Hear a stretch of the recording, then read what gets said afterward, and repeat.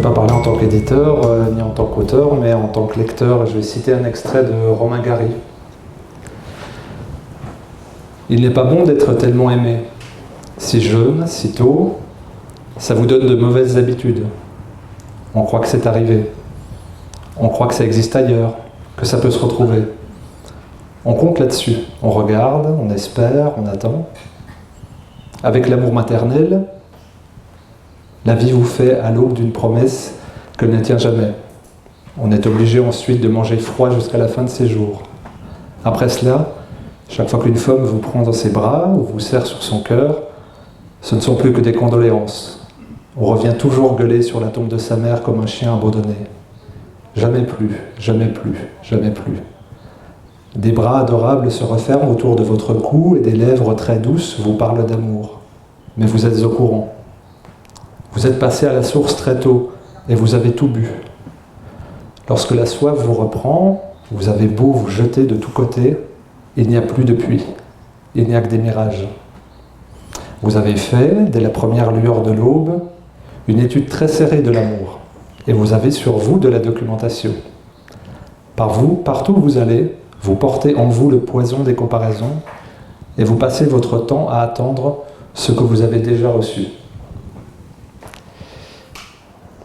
Alors évidemment, il nous parle de l'amour maternel, mais on peut l'entendre autrement. Et je dirais, il faut l'entendre autrement. Et les mots source et amour qu'il évoque, on peut résumer ça en termes de lumière. C'est-à-dire la source qui anime toute chose, que Jean-Antoine a évoqué dans la tradition, ce qui nous constitue en tant qu'individu, relié à quelque chose qui est infiniment plus grand que lui, et relié à tout, en définitive. Et cette source de laquelle on provient, c'est celle qu'on recherche toute notre existence, dans sa plénitude, qu'on contacte parfois au gré d'une méditation, d'une contemplation, d'instants fugaces, un peu plus prolongés. Et en définitive, la maladie, on pourrait le percevoir comme une rupture de plénitude lumineuse. Quelque chose qui se désaccorde, si on regarde sur le violonciel, si on reste sur la vibration. Il y a quelque chose qui est en mouvement, une vibration lumineuse qui est moins là, qui est moins dense, qui est moins précise, qui est moins éloquente, qui est moins vivifiante, qui est moins inspirante pour mettre la matière en mouvement. Et donc partant de là, si on se positionne sur un point de vue non matériel, on peut rester sur le fait que la recherche de la lumière, en nous, et à travers la reliance de ce qui nous constitue, et de ce qui nous abrite, et de ce qu'on habite, eh bien c'est cette quête fondamentale de circulation lumineuse à l'intérieur de nous. Et donc quand on s'incarne, il y a cette densité lumineuse puissante, ce qui fait qu'on est fasciné par le nouveau-né, qu'il irradie quelque chose pleinement attractif. On est aimanté vers lui, tout en ayant un grand respect. Et il y a même des personnes qui vont aller prendre les nouveau-nés dans leurs bras pour y puiser l'énergie. Et dans le vaudou, le fait d'aller capter la source de lumière la plus puissante, c'est-à-dire l'enfant, pour en faire quelque chose, de lumineux ou de sombre, mais en tout cas avec une masse d'énergie colossale et qui paraît inépuisable, puisque l'élan de vie y est plus fort. Et après, au gré de la vie, on devient moins sage, plus sérieux, trop matérialiste, et la lumière se désintensifie. Et on devient, sur le plan matériel, malade, puisque c'est la forme la plus vulgaire qu'on peut trouver pour élaborer un dialogue avec nous-mêmes, puisqu'il y a une rupture de lien avec cette atmosphère subtile de reliance, et dans une époque où il y a un vide de foi évident, et bien cette absence de lumière se traduit par avoir des comportements matériels extrêmement grossiers pour pouvoir se mettre en lien avec nous avec éloquence. Quand on essaie de dialoguer avec quelqu'un qui ne veut pas entendre, on fait la CNV, une fois, deux fois, trois fois, on reformule d'une autre manière. On ne peut pas essayer de parler dans une autre langue, on va parler avec des gestes, puis à un moment donné, on va parler plus fort. Et après, on va hurler. Et ça ne marche pas. Et bien, la maladie, c'est ce qu'elle fait à l'intérieur de nous. Lorsqu'on n'a pas ces temps de méditation, de contemplation pour dialoguer avec nous-mêmes, pour ressentir notre propre vérité du moment, il y a des grossièretés qui vont apparaître d'un point de vue tout à fait organique. Et on est désorganisé pour cela, par cela, mais par notre propre volonté. Et donc, les hôpitaux sont remplis de personnes qui se croient soumis à la fatalité, au hasard, à la malchance, alors qu'en fait, c'est elles qui ont choisi d'être là, mais elles n'arrivent pas à trouver le sens et le lien de ce qui fait qu'elles se sont rendues malades pour telle mission. Il y a eu un partage de séquences d'existence avec Jean-Antoine. Peut-être que lui, dans son introspection aux États-Unis, il a trouvé le sens de pourquoi cette pathologie cardiaque et de pourquoi cet accident. Et sans doute, il n'y a pas de présence sur cette scène s'il n'y a pas la pathologie cardiaque et s'il n'y a pas l'accident. Et donc, il a déclenché un processus actif de guérison à travers ce qu'on appelle la maladie, qui est la surexpression d'une lumière qui opère d'une manière plus ou moins compréhensible. Et donc aujourd'hui, on peut faire un état des lieux sur le fait que l'homme est un peu atomisé et complètement perdu dans le cosmos. On parlait de médecine ayurvédique, on parle de médecine chinoise. L'élément fondamental, primaire, basique, c'est le cosmos. C'est la source d'animation. Et là, on voit des étoiles errantes qui n'ont plus de trajectoire, qui se télescopent parfois et qui n'ont plus de sens. Et donc l'homme perd ce lien avec le cosmos et perd le lien avec lui-même. Il est complètement désuni, plus relié à la source fondamentale, donc difficilement irrigué de lumière. Donc il va chercher intellectuellement, rationnellement, des solutions à son errance médicale ou à son errance spirituelle qu'il ne va même pas pouvoir qualifier en tant que telle, parce que pour lui ça n'a pas de sens. Et donc on va agréger du savoir, on va le concaténer, on va le mettre dans des bibliothèques, on va le mettre dans des disques durs, on va le mettre dans des formations, mais elles n'auront pas de sens, parce qu'elles seront déconnectées de quelque chose qui est tout à fait précieux. Donc on va pouvoir ériger aussi des spécialités, des spécialistes qui vont extrêmement creuser, qui vont structurer un savoir extrêmement important, mais qui n'auront toujours pas de sens. Parce qu'on va pouvoir déployer des découvertes sur des nouvelles pathologies qui correspondront aux maladies de notre époque. Et un individu malade traduit une société malade, quoi qu'il en soit, puisqu'il est relié à un tout. Et donc on va refaire des spécialistes de nouvelles maladies, on va décliner des nouvelles spécialités de nouvelles maladies, on va chercher de nouveaux protocoles de nouvelles maladies, on va prendre des extraits de plantes, puis un jour on va synthétiser cela, on va créer des nouvelles formules, on va même mettre de l'ARN messager pour tenter de modifier ça, alors que c'est au niveau de la conscience immatérielle que le problème se traduit. Donc on peut créer à l'infini des états pathologiques de plus en plus denses, de plus en plus graves, de plus en plus lourds, de plus en plus chroniques, tant qu'on n'aura pas la volonté d'aller chercher la cause de la dysfonction fondamentale. Alors donc on peut dire que la médecine moderne, et par extension le médecin moderne, s'est égaré dans le rationalisme, dans le matérialisme. Et en plus il n'a plus le temps de questionner autre chose ou dans son apprentissage, parce qu'il doit ingurgiter des tonnes et des tonnes de pages, de papier mâché, et il n'a pas le temps non plus en consultation.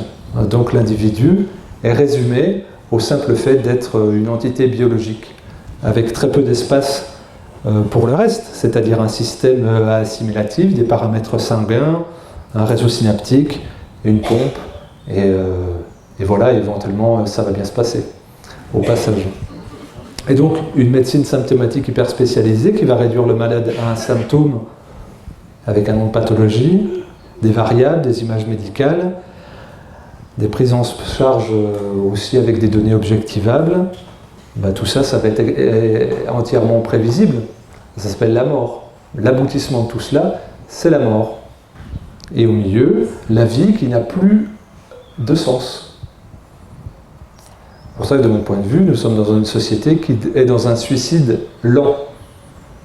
C'est un suicide lent, inconscient, de perdre le sens et d'essayer de s'anesthésier le mieux possible au quotidien, de se divertir, de se distraire pour éviter la folie, et de n'attendre qu'une chose, c'est la libération, non pas par la transcendance, mais par l'arrêt de la machine mécanique, parce qu'il n'y a plus que ça, en définitive. Alors évidemment, c'est un diagnostic qui m'est tout à fait personnel. Et évidemment, il y a des voies de salut. Jusqu'au dernier souffle apparent, il y a une voie de salut. Puisqu'il n'y a que de ça.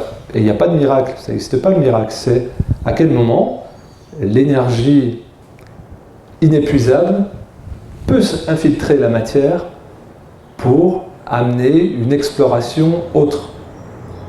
Est-ce que la médecine appellera miracle? On parlait de Thérèse de Lisieux ou d'autres choses. Vous en avez plein, partout, tout le temps.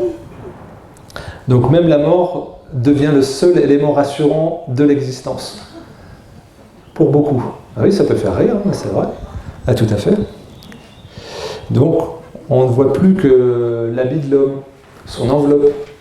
Donc, en effet, c'était le véhicule d'incarnation, le véhicule de réalisation de l'âme, mais si on observe bien, si on a pu cette relance atmique, si on a pu cette radiance lumineuse, à quoi va nous servir le corps? Eh bien, pour se rappeler qu'on est en vie profondément, eh bien, on va devoir se presser, s'agresser, se mutiler, se tatouer, se scarifier. Beaucoup de personnes, alors évidemment, on peut faire, j'en parlais hier avec Patrick, des tatouages qui ont un sens profond, culturellement, médicalement, spirituellement, mais aujourd'hui c'est presque un rituel d'exploration du corps pour le corps, sans autre finalité que de rentrer dans le corps. Et donc se scarifier, se percer, se tatouer, et se mutiler aussi en se transformant, y compris dans son caractère sexuel. C'est presque un cri d'alarme, un cri de secours, et ça traduit une souffrance très grande, mais pour laquelle il n'y a pas d'échappatoire autre, puisqu'il n'y a plus la volonté de chercher la lumière. My choice, my body, mon corps à moi, c'est ça, mon corps m'appartient, c'est comme si c'était le seul objet d'appartenance et qu'il n'y aurait plus rien d'autre. Le corps pour le corps. Et donc le divertissement, la jouissance, la distraction du corps pour le corps, avec un utilitarisme qui fait qu'aujourd'hui on arrive dans le biopouvoir et la biopolitique, puisqu'il n'y a pas d'autre solution. On ne peut pas créer une société basée sur la spiritualité parce qu'elle n'existe plus. D'où le fait qu'on peut aboutir très facilement au transhumanisme, c'est-à-dire l'unique religion autorisée, la première religion aspirituelle, vidée d'éléments spiritualité.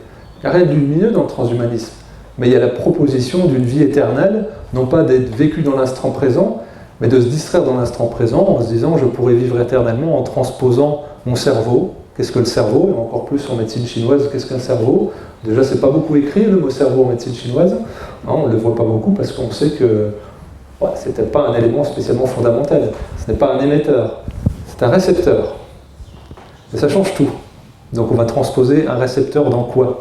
Un récepteur dans un récepteur, une boîte dans une boîte, du vide dans le vide.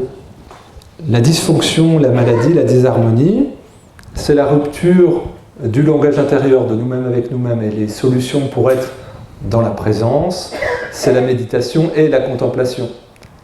Pourquoi j'ai honoré mes deux grands-pères? Parce que c'était des contemplatifs de la nature, aussi. D'ailleurs, le savoir, ils n'allaient pas le chercher dans les livres, aucunement, c'était des paysans, et donc ils avaient énormément de savoir, et sur les humains, et sur les animaux, et sur le fonctionnement de la vie, extrêmement de sagesse, mais qu'ils allaient puiser dans la patience, le dos assis sur un arbre, à observer la nature. J'ai lu avant-hier qu'il était très difficile pour les agriculteurs de semer en ce moment parce que les tempêtes solaires perturbaient les GPS. Moi, mon grand-père, il mettait les mains dans la terre, il dit « il faut attendre encore 3 jours pour semer ». Moi, je me disais « mais il déraille le vieux ». Il disait « il faut encore attendre 3 jours pour qu'il y ait la lune adaptée ». Et donc vous avez des études en double aveugle qui viennent vous justifier que la lune n'a pas d'influence sur les semis, sur les cultures, sur les récoltes. Il y a des gens qui sont derrière des algorithmes d'ordinateur qui disent si, ça ne sert à rien, mais qui n'ont jamais été questionnés. L'agriculteur issu de 10, 15, 20, 30 générations d'agriculteurs, qui sait exactement comment fonctionne la terre, comment fonctionne le cycle des saisons, et qu'on va élaborer un savoir sur la nature enfermé derrière un écran avec de l'air conditionné. Et on va oublier ce bon sens-là. Mais c'est très récent. Donc moi j'ai vu mon grand-père faire ça, il me racontait, je lui dis qu'est-ce que tu as fait papy quand tu as repris la ferme à 14 ans? J'ai coupé un morceau de bois et j'ai taillé un collier pour les bœufs, passer la charrue. Et donc je voyais son fils, donc mon oncle, et il y a encore 5 ans, avant qu'il soit en retraite, justement, gérer ses parcelles par GPS en recevant un mail du producteur de semences pour lui expliquer quand et quoi semer. Une génération. Donc il y en a, le père a les bœufs et le collier en bois qu'il a taillé, ses mains dans la terre et l'œil sur la lune, et le fils a un gros tracteur à 120 000 euros, poste MP3, climatisation, GPS. Vous comprenez? Une génération. Mais tout peut se perdre dans une génération. Mais la chance, c'est que tout est là. Aussi, c'est que ce savoir ancestral, bien sûr, il est transmis de manière orale, de manière physique. Il ne peut pas être codifié, je dirais presque sans être moqué, mais on s'en fout. Vous prenez n'importe quel humain dans l'humanité, vous allumez un feu, vous le mettez autour du feu, et tout se passe bien. Et tout revient. Vous le laissez contempler le ciel, et toute son inspiration revient.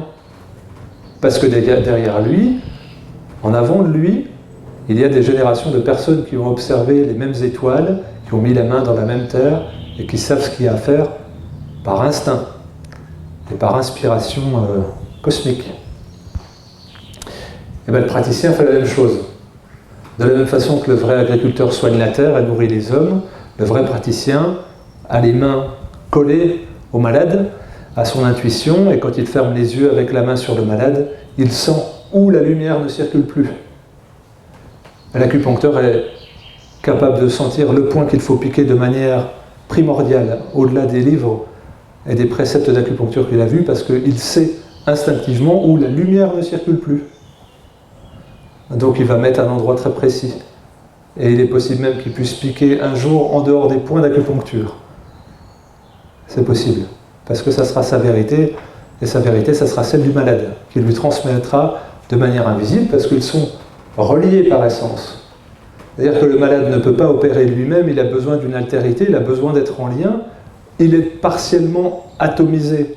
Il n'est plus en lien avec lui-même, donc il va mettre sa confiance et sa conscience sur un autre, son champ éthérique va se déporter, et le praticien va devenir un opérateur du malade, au service du malade, et il va faire un acte que le malade ferait s'il était à sa place. C'est un transfert de conscience, un transfert de lumière, et le praticien a comme mission non pas d'agréger du savoir, bien sûr, intellectuellement c'est rassurant, il se met en lien avec une pratique multimillénaire qui est puissante, mais il doit se mettre en lien avec la personne qui est en face de lui, qui va l'habiter un temps pour opérer, et ils partageront dans l'espace thérapeutique la même lumière. Et ça, c'est le choix fondamental qu'on retrouve partout. Si on allait questionner n'importe quel guérisseur dans le monde, il vous parlerait la même langue, mais il utiliserait des méthodes absolument différentes, qui paraissent contradictoires. On me demande souvent, mais pourquoi tu parles de médecine chinoise? Tu fais l'hygiénisme, c'est la simplicité, la médecine chinoise, c'est la complexité. Non, la médecine chinoise, c'est la complétude. C'est la réflexion dense de 5000 ans de qu'est-ce qu'un humain. On pourrait faire un congrès de 5000 jours, qu'est-ce qu'un humain? Tout le monde ici a sa proposition. J'ai une proposition, je vous la partage, c'est la mienne. On pourrait rebondir, et peut-être qu'avec toutes les façons dont on apercevoir l'humanité, la nôtre, et celle partagée, on arriverait à une esquisse de réponse audible. Mais en fait, c'est très simple. Le praticien, dans ce sens-là, c'est un aiguilleur, un horloger. Un horloger qui ne va pas changer le temps, parce que le temps est immuable. Et donc, il a juste à ajuster les mécanismes de 84 minéraux, de 23 éléments et de 38 milliards de cellules. Petit horloger très fin, très suisse. Et tout ça, il est élaboré à partir de poussières qui vont être agrégées, réunies à partir d'une vibration fondamentale assez puissante pour densifier l'invisible. Donc c'est un intercesseur entre l'intérieur et l'extérieur. C'est toute notre question, toute notre relation au monde. Louis parle souvent d'intime. Moi je parle d'intérieur, mais on parle de la même chose. L'intérieur pudique, ce qui fait que de nous des humains singuliers et qui nous fait peur quand on est en lien. Puis cet extérieur qui est à la fois effrayant et qui est à la fois thérapeutique. Et donc c'est à quel point on est poreux pour laisser échapper de nous, au moins inconsciemment, et à quel point on peut faire rentrer de manière absorbante et adsorbante. On prend et on laisse infuser en même temps. Et la relation thérapeutique, c'est aussi ça. Quand on pose la main sur quelqu'un, à vie, dans l'instant maîtrisé, on laisse une parcelle de nous-mêmes. Mais à vie aussi, on reçoit l'autre. Parce que l'échange thérapeutique ne va pas que dans un sens. Sinon, il y en a un qui meurt de pas assez d'énergie ou d'un excès d'énergie. Et encore, c'est l'équilibre à trouver, c'est toute la posture du praticien. Et justement, on le voit dans la médecine chinoise, personne n'est sauveur, personne ne soigne, personne ne guérit. Et c'est là l'harmonie qu'on recherche de manière systématique dans un immense chaos entre l'anabolisme et le catabolisme. Nous sommes des énergies puissantes de destruction et de construction, et donc quand on observe un individu ou un groupe d'individus ou une société, on dit quel est son mouvement de vie ou quel est son mouvement de mort. Et je parlais du jeûne tout à l'heure, c'est un mouvement catabolique. On ne peut pas jeûner tout le temps, on meurt. Mais on a besoin de ce catabolisme. Parfois on a un besoin très fort, très puissant.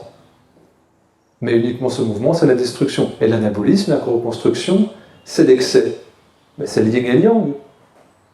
C'est l'intérieur et c'est l'extérieur.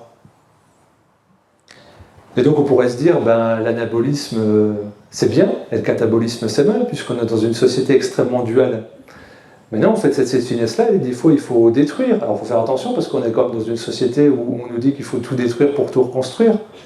Mais là, c'est-à-dire qu'on enlève le passé. Nous, on a dit que le passé nous habite pour l'éternité. C'est à l'intérieur de nous qu'on va refragmenter, resédimenter, laisser mourir, parce que ça nous stérilise à force de ne pas faire mourir, de perdre, alors qu'on est dans une société non pas de l'être, mais de l'avoir, et donc cette perte-là, elle paraît impensable. Donc si on va au-delà du bien et du mal, on doit presque aller au-delà du libre arbitre.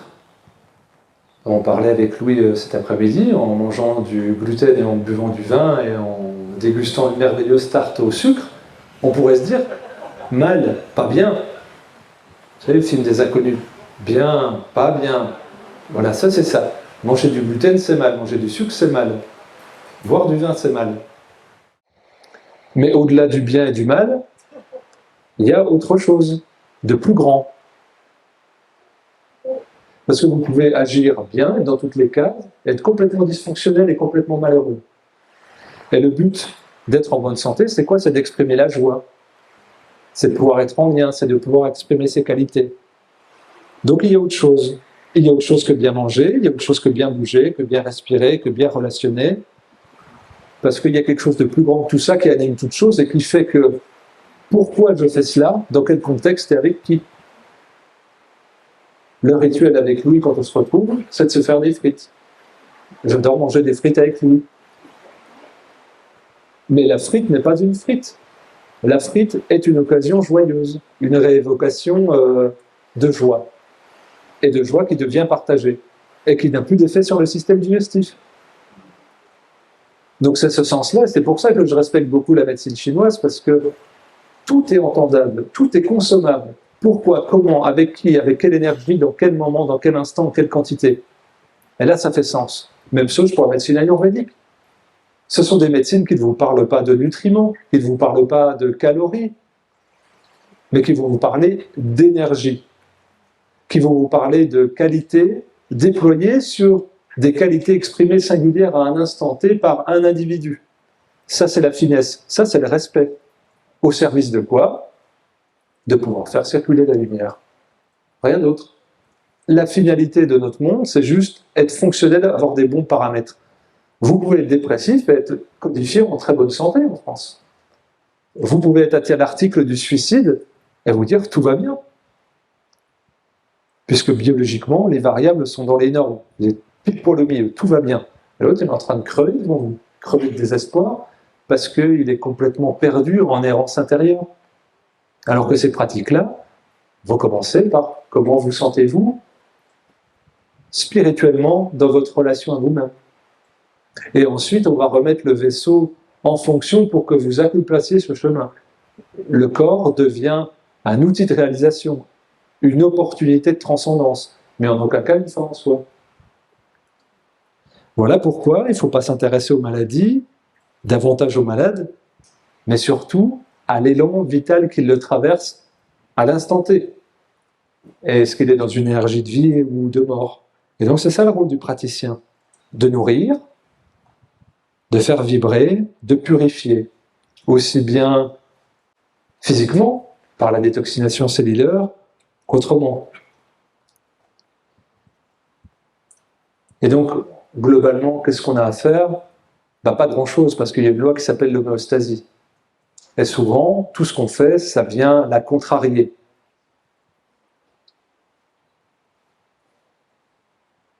Et hier, je parlais avec quelqu'un, puis il y avait des moutons, je ne sais plus avec qui, peut-être la personne dans la salle, les moutons couraient, ils se faisaient courser par les chiens. Ils couraient fort, c'était avec toi Jean-Antoine. Et on parlait, en face de l'autre, il fait, faut pas bouger. Si on bouge, en fait, la trajectoire du bout, on va se faire percuter. On va dire, mais quel con, il est maladroit. Non, il n'y a rien à faire. C'est le jeu des animaux qui est en train de se produire. On n'est pas avec eux, on n'est pas dans leur mouvement. Il ne faut rien faire. Et souvent, dans la vie, pour éviter des situations, on fait beaucoup de choses. Alors, il ne faudrait rien faire. Il faut être présent, il faudrait sentir, et en fait, un petit mouvement. C'est pour ça que je parle d'horloger. C'est très fin, très peu de choses. Tout petits ajustements. Et donc c'est pour ça que la maladie, c'est obstruer la circulation, rien d'autre. Générer des stases, donc physiologiquement ou spirituellement. Et donc physiologiquement, il n'y a qu'une seule maladie, l'encrassement. Et il n'y a qu'une seule solution, le désencrassement. Et spirituellement, il n'y a qu'une seule maladie, l'entrave à la circulation de la lumière. Donc c'est la stase, la stagnation. Ce qui aboutit au titre de cette intervention, les médecines et l'homme unifiés dans cette réunification du corps mental, émotionnel, spirituel, énergétique et physiologique, mais également la médecine des profondeurs. Et la profondeur est à entendre à un sens double, la profondeur cellulaire, puisque tout se passe au niveau des microcapillaires sanguins et des tréfonds de la cellule, là où se logent les toxines, et la dysfonction, l'entrave circulatoire au niveau de du sang et de la lymphe, mais également la médecine des profondeurs de l'âme, qui sont les deux. Et je vais citer une personne qui m'inspire beaucoup, c'est le docteur Alexandre Salmanov.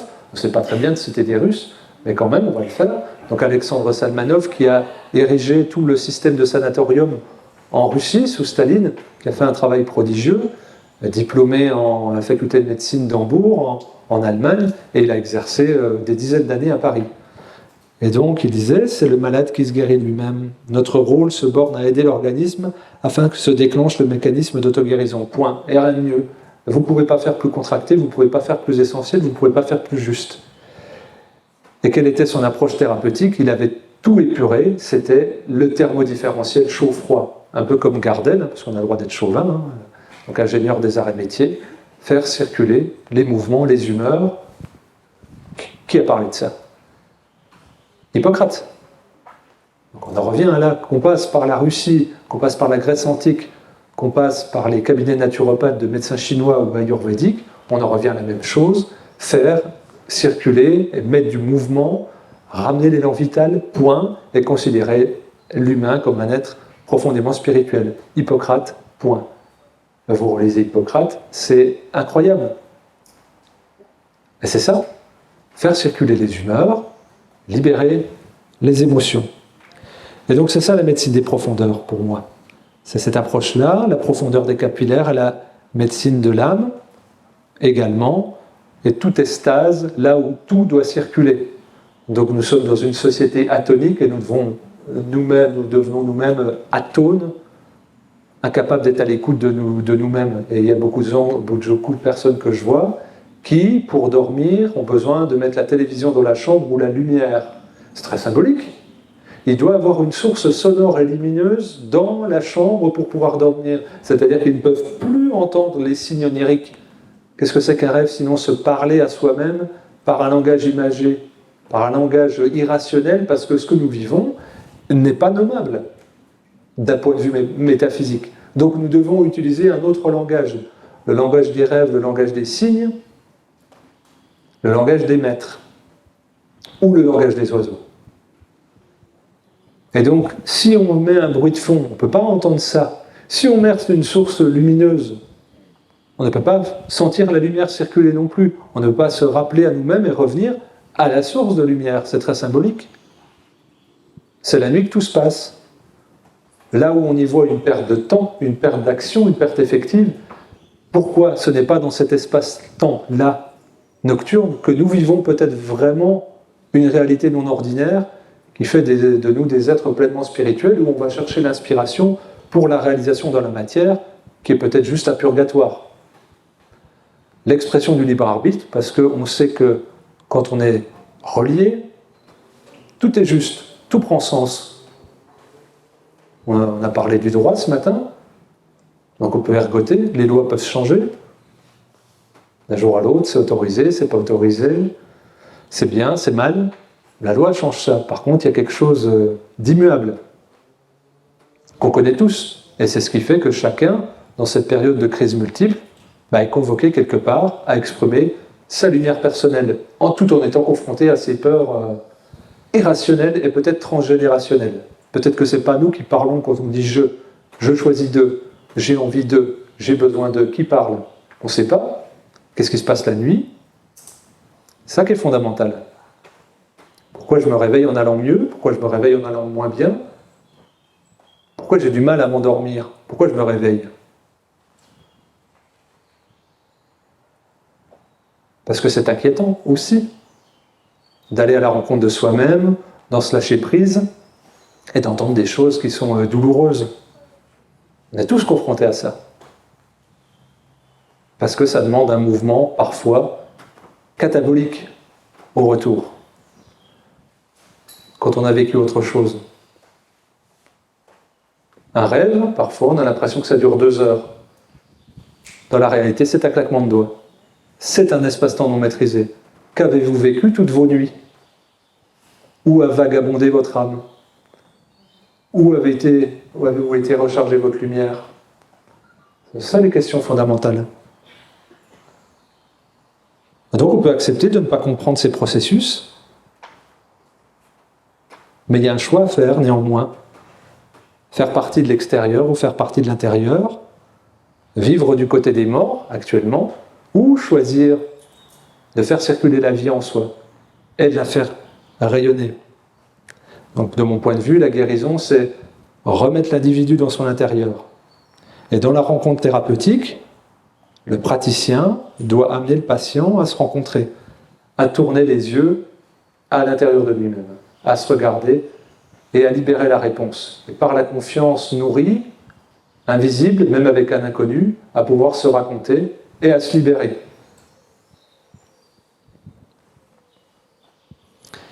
Donc si on cherche la communication, on est mort. Si on cherche la communion, on est vivant. Et donc on est beaucoup dans une ère de communication. Un de mes maîtres, Emmanuel, qui est décédé, disait « Arrête de dire communiquer ». Il y a niqué les cons dedans.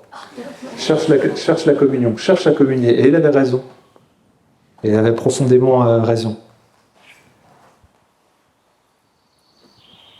Donc la communion qui ouvre le passage pour que le malade devienne acteur et devienne un chercheur de sa vérité, et où le praticien devient un pédagogue, un enseignant, un facilitateur, mais en aucun cas un sauveur.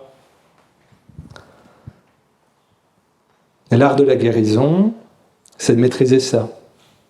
Et donc si on croit à l'auto-guérison, si on croit à la somatique, et bien donc on croit aussi à la puissance de la maïesthésie, c'est-à-dire l'art de faire accoucher la personne à elle-même. On a beaucoup parlé de naissance. Ben c'est ça en fait, en permanence, on vit, on meurt, on inspire, on expire, et on se renouvelle en permanence. Et tout peut changer, toute la réalité peut changer en ajustant notre conscience avec un élément clé. De mon point de vue, on a très peu de libre arbitre. Très peu. On l'exprime en quelques rares occasions où il y a des événements très forts, très douloureux, très déstabilisants, initiatiques, qui nous arrivent, et où on penche du côté lumineux ou du côté un peu plus brumeux, et on va évoluer dans des champs de conscience différents, en étant, on va dire, télescopés avec d'autres personnes qui ont les mêmes éléments perturbateurs à vivre. Et quand il y a ces moments de libre arbitre profond, rares, puissants qui arrivent, on perd nos ressentis, on perd notre lucidité, on erre. Et là, on se sent plus perdu que jamais. Pour une seule raison, pour revenir à la source. Parce qu'il n'y a que ça comme réponse. L'intellect ne marche plus, l'autre n'est plus présent, les sensations, les ressentis ne sont plus là, parce qu'il n'y a qu'à se tourner vers l'intérieur et ne plus agir, accepter. Et ça, c'est l'acte de guérison ultime. C'est quand on est proche de la mort, pouvoir guérir dans un sursaut et augmenter sa conscience. Donc en dehors de la rencontre, alors la rencontre avec soi-même, la rencontre avec l'autre, pour moi il n'y a que des palliatifs, mais la rencontre est effrayante. C'est pour ça qu'on se cache derrière un bureau, derrière une blouse, derrière un ordonnancier, derrière un diplôme. Mais quand on cherche à aider l'autre, il faut mettre sa peau sur le bureau et il faut toucher l'autre. Ce que ne fera jamais une intelligence artificielle prédictive. Louis va vous en parler après, donc je ne vais pas détailler là-dessus. Mais quand vous touchez quelqu'un, quand vous touchez vraiment, quand vous êtes capable de vous faire lire par lui dans votre intimité, des fois la moins valorisante possible, vous lui donnez accès à l'univers tout entier. Et lui-même va vous donner la même chose en retour. Être capable de plonger son regard dans celui de l'autre, ça demande une grande confiance, ça demande un grand lâcher-prise, une grande humilité qui va permettre l'acte thérapeutique. Sans rien faire, juste en étant soi-même.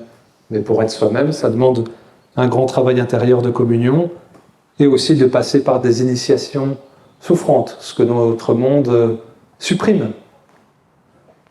Il n'y a plus de baptême, il n'y a plus de mariage, il n'y a plus d'exercices douloureux pendant l'adolescence, il n'y a que des anesthésiants. Et donc on a recours à tous les subterfuges pour éviter ces initiations qui font grandir, parce qu'on veut tout de suite. On ne veut pas passer 10 ans auprès d'un maître ou auprès d'un sage.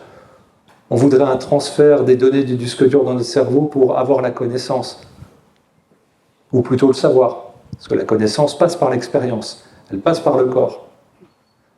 Et c'est une initiation, c'est être au contact. Désiré, une fois que j'ai fini mon apprentissage théorique, me disait, va voir les malades. Qu'est-ce que tu sens? Qu'est-ce que tu vois? Qu'est-ce que tu ressens? C'est un biologiste. Il me demandait des données subjectives. Mais là, tu me parles de poids, de pouls, d'urine, de pH, d'habitude. Qu'est-ce que je ressens? Qu'est-ce que... Michel Furter, paix à son âme, qui a disparu il n'y a pas longtemps, lui me disait, touche. Qu'est-ce que tu sens? Quel type de peau? Elle lui disait même quel type de viande. Quand je touchais, il me disait, c'est de la viande d'élevage ou de la viande de pâture? Sous-entendu, c'est une bête industrielle ou c'est une bête libre? Vous comprenez? Ceux qui travaillent avec les textures de peau des gens, c'est ça qu'on sent. Mais il faut toucher, il faut vraiment vouloir toucher. Il faut sentir. Albert Mosseri, un autre conducteur de jeu, il ne faisait pas les bandelettes pour le cétose, il mettait son doigt dans la bouche du malade et il goûtait la salive pour savoir où il en était le jeûneur. Bon, 15 ans après, il s'est rendu compte que ça ne servait à rien. Donc il a pris des milliers de litres de salive pour pas grand-chose, mais ça partait d'un bon sentiment. Ce que je veux dire, c'est qu'il faut être prêt à aller vers l'autre. Il faut être prêt à fusionner avec l'autre, à sentir l'autre. Et lorsqu'on a envie de ça, si on ferme les yeux vraiment, toute la lumière qui circule dans l'autre, on la sent, on la voit, et on voit où elle est entravée. Et là, on guérit. Comment? En laissant le processus de guérison opérer en l'autre, parce qu'on devient juste un élément de polarité supplémentaire. L'élément extérieur effrayant, le besoin de l'autre, la mise en relation, qui est sous-douloureuse, mais si nécessaire. Les grands ermites sont rares. 99,99% du reste de l'humanité a besoin de liens extérieurs, puisque nous ne pouvons être connectés à la source en permanence. Alors, je voudrais finir avec, j'ai parlé de Michel Furter. Michel Furter est un docteur en médecine français. Il a exercé à Poitiers, entre autres, mais il déménageait en général tous les 4 ans parce qu'il se faisait harceler et dénoncer par ses collègues en préfecture, parce qu'il soignait uniquement avec ses mains et avec l'argile. Et donc il volait les patients de ses confrères. Donc ça ne date pas d'hier, hein, tout ça. Et je n'ai pas lu le mail que m'a envoyé sa famille quand il demandait à me voir sur son lit de mort. Je regrette, c'est un profond regret. Et j'avais pu lui laisser un enregistrement vidéo en ayant vu sa cousine. Juste avant, elle lui avait fait écouter, dire au fait, on a rencontré Fabien, c'est eux qui m'avaient mis en relation. Et donc, a priori, il est parti soulagé du fait que j'ai saisi ce qu'il a transmis, que je le perpétue un petit peu. Donc, pour sa mémoire, je vais vous partager ce que lui a trouvé.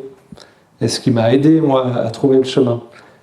Et s'est formé en plein de choses, y compris la médecine chinoise, l'homéopathie, plein de techniques. Il a cherché toute sa vie, il a fini extrêmement pauvre et démuni, en ayant travaillé inlassablement.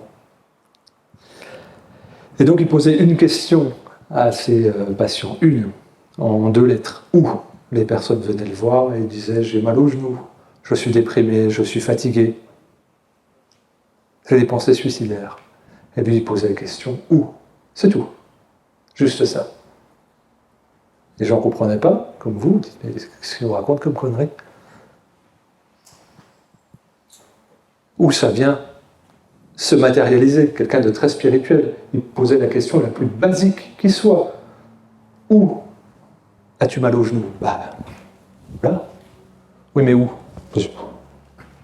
Mais ici, quoi. Oui, mais où? Là. Ok. Et il faisait le pro-marqueur. Et il décongestionnait, parce que tout est stase, tout est entrave, tout est absence de circulation. Donc il remettait un mouvement de vie là où il y avait de l'inertie, donc c'est-à-dire un mouvement de mort. C'est ça qu'il faisait, point. Mais, monsieur le docteur, je suis déprimé. En attendant, peut-être des antidépresseurs. Et donc lui poser la même question, inlassablement, puisqu'il a un être de matière devant lui. Où êtes-vous déprimé? Docteur, vous avez besoin de repos? Où êtes-vous déprimé? Je ne sais pas. Physiquement, où est-ce que vous ressentez votre déprime? C'est la tête.